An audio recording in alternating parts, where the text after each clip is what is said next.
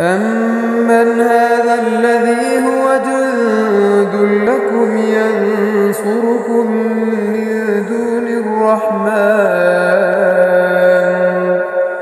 إِنِ الْكَافِرُونَ إِلَّا فِي غُرُورٍ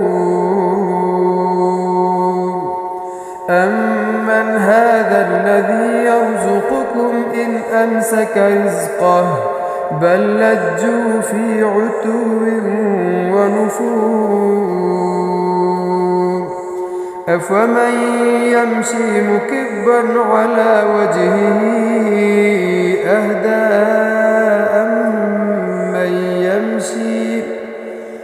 أمن يمشي سويا على صراط مستقيم।